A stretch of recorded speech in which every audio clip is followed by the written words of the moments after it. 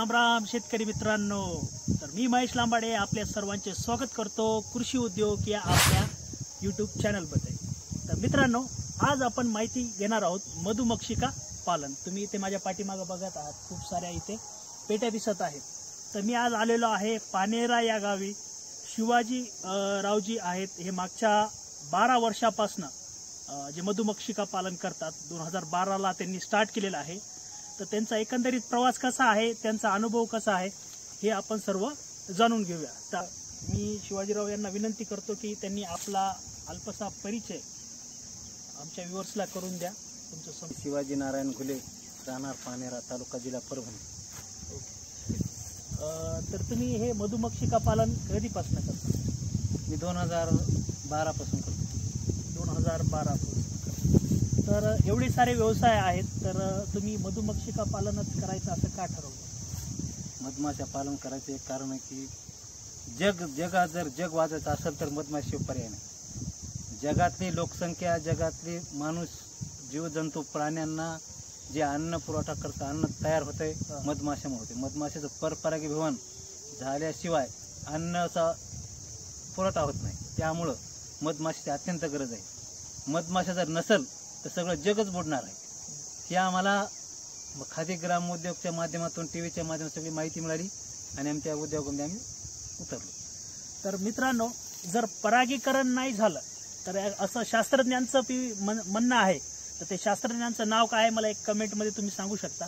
शास्त्रज्ञांचं असं म्हणणं आहे की जर परागीकरण म्हणजे मधमाशीचं जर अस्तित्व या पृथ्वी तलावरून संपलं तर अवघ्या 4 वर्षामध्ये मानव हा पृथ्वी तलावर त्यांना ते खायला अन्नच मिळणार नाही। तर एवढं म्हणजे मधमाशीचं आपल्या लाईफमध्ये महत्त्व आहे। तर यांना जे ट्रेनिंगमध्ये जे माहिती मिळाली त्यावरून यांनी आणखीन मधुमक्षिकांसाठी पूर्ण व्यवस्था यांनी केलेली आहे इथे। तर एकूण पेट्या किती आहेत आपल्या इथे? एकूण पेट्या 200 आहेत। 200 पेट्या आहेत। बरं बरं। तर मित्रांनो, तुम्ही इथे पेट्या बघू शकता पाठीमागे पूर्ण यांनी। ह्या पेट्या आपण इथे सावलीलाच का ठेवल्या? जास्त टेम्परेचर असल्यामुळे आपण साधा ठेवले। बरं बरं। म्हणजे माशाला त्रास होणे, बरं, त्यामुळे साधा ठेवले। बरं। तर याची सुरुवात म्हणजे नेमकं कशी झाली? तुम्ही प्रशिक्षण वगैरे कुठं घेतलं? आम्ही प्रशिक्षण महाबळेश्वर इथे घेतलं। महाबळेश्वरला एक मोठं मध संचालनालय ऑफिस। बरं। तर ते मध संचालनामध्ये आम्ही 1 महिन्याचं प्रशिक्षण घेतलं पूर्ण, आणि ते प्रशिक्षण घेऊन आम्ही उद्योग सुरू केला। बरं। तर उद्योग जेव्हा तुम्ही चालू केला तेव्हा काही अडचणी आल्या तुम्हाला नवीन सुरुवातीला? अडचणी भरपूर आल्या। प्रशिक्षण घेतलं, परंतु प्रशिक्षणामध्ये काही गोष्टी सांगत नाही, पण त्या अनुभवातूनच माहिती नाही। आम्ही 50 पेट्या घेतल्या होत्या। 50 पेट्या घेतल्यानंतर आमच्या अचानकच पेट्या सगळ्या खालत झाल्या। बरं चक। तर आम्ही दुसऱ्यानं पुन्हा 50 घेतल्या, त्या न खसता। बरं। 50 घेते, मग पुन्हा 50, पुन्हा 50, दरवर्षी आम्ही 50 पेट्या दरवर्षी घेतो आम्ही। आता तर आम्ही 200 घेणार आहोत। या जूनमध्ये आम्ही 200 पेट्या घेऊन आम्ही शेतकऱ्याला परपरागीभवनासाठी किराया देणार आहे, आणि जरी कोणी म्हणले आम्ही विकत पण देणार।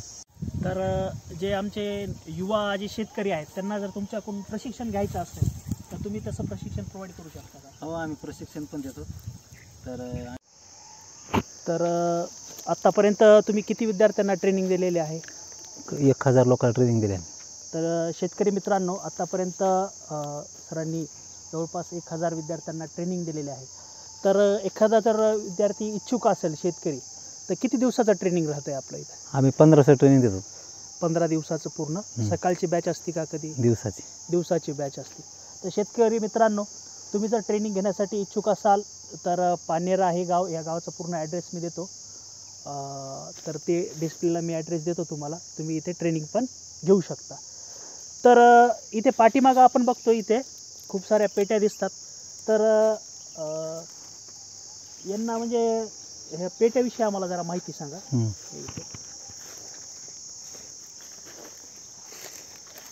आता याची कसं रचना असते, काय? आता हे छिद्र दिसताले, हे एअर कूलर आहे। ओके। हे आपलं मधमाशाला जसं आपल्या वाहनाला एअर कूलर लागते, आपलं काय एअर किनर, तसं हे मधमाशाचं एअर किनर आहे। बरं। आणि याच्यामधून हवा येते पलीकडून, एक तसंच एअर किनर आहे।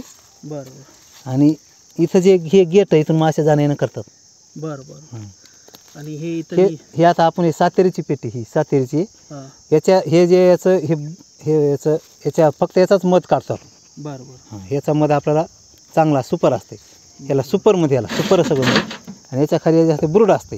हे ब्रूडचा मध आपल्या म्हणजे चांगलं नसते. म्हणजे प्रत्येक माशीनुसार वेगळी पेटी असते. हां वेगवेगळी सातेरीची पेटी आणि मेलिफेराची पेटी, एपिस मेलिफेराची. तर एकूण माशांचे प्रकार किती आहेत?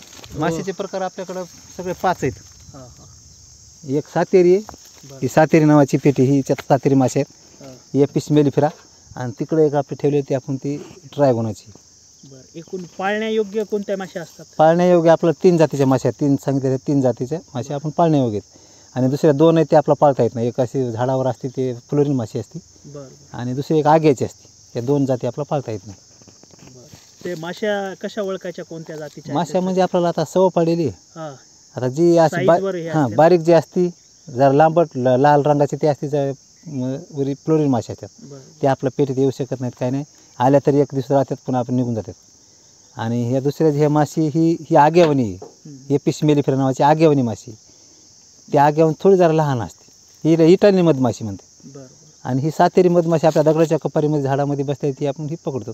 आणि एक ट्रायगोना ती पण आपण पकडू शकतो. या 3 नावाच्या माश्या पकडू शकतो. ह्या माशी ह्या पेटीची साधारण किंमत किती आहे?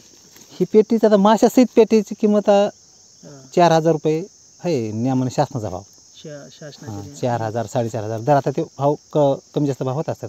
बरं बरं. जर एखाद्याला पेटी माशा सगट घ्यायची असेल तर तुम्ही देऊ शकता? हो, माशासहित देतो. ती सातेरी कोणती बी बरं. माशासहित सातेरी देऊ आम्ही, ही देऊ, ट्रायगोनाची देऊ, कोणी बी 3.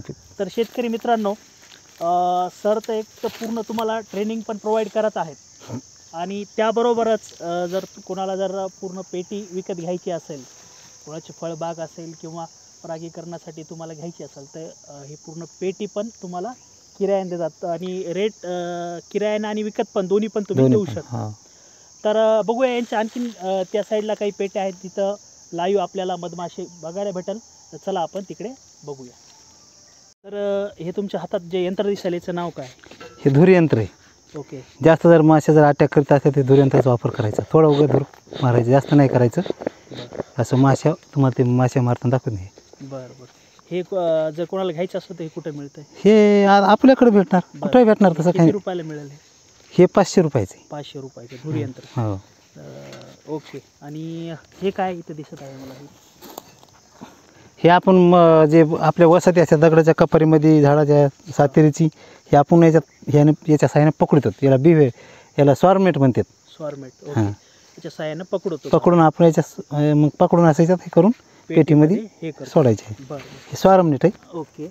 आणि ही आपल्याला जर जर एकच आहे, 2 एकच आहेत, ही फाटलेली ही चांगली, तर ही आपल्याला आपलं नाजूक आपला डोक्याचा भाग असते, डोळ्याला यायला त्रास होईल म्हणून आपण ही स्वारमेट ही अशी हे बिव्हेल हे आपण स्वतःसाठी आपण वापरू शकतो. याचा फायदा त्याचं म्हणजे डोळ्याला किंवा पोटाला चावणार नाही. ओके. त्याच्यासाठी तर हे लावल्यानंतर जे आहे तोंडावर ते अटॅक नाही करणार नाही. ओके. मित्रांनो, आता आपण जवळून बघूया जे मधुमक्षिका आहे त्यांची वसाहत कशी असते काय. हे तुम्हाला गाव जर सांगतो नाही माहिती. हे मी करतो. हे आपल्या सिक्युरिटीसाठी मी हे केलेलं आहे, घातलेलं आहे.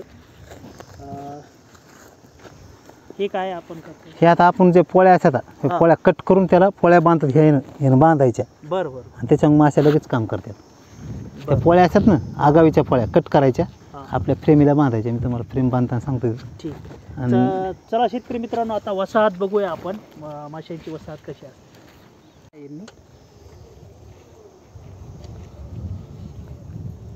तर इथं तुम्ही बघू शकता, ही पहिली पोळी आहे. ही पोळी याच्यात कमी येतात.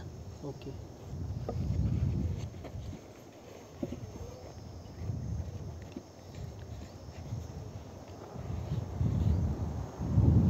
काय तर ह्या कोणत्या माशा आहेत? ह्या सातेरीच्या माशा आहेत. सातेरीच्या का?